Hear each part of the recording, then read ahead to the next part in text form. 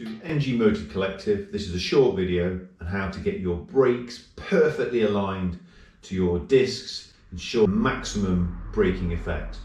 First thing to note is the calipers are on the bike, but the bolts are only finger tight. This allows the calipers to move for our next step. Get the bike raised to allow the front wheel to be spun. And what we're going to do is we're going to spin the front wheel and then hold the brake. We're going to do that a few times and this will align the pads. Spin the wheel and pull the lever. Spin the wheel and pull the lever. Spin the wheel and pull the lever. Critically, we hold the lever in. We do not release the pressure.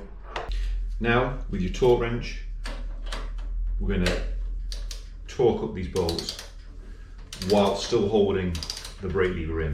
The torque settings for the caliper bolts is 45 on the Honda Fireblade. While still maintaining pressure on the brake lever. We're now going to repeat on the left hand side of the bike.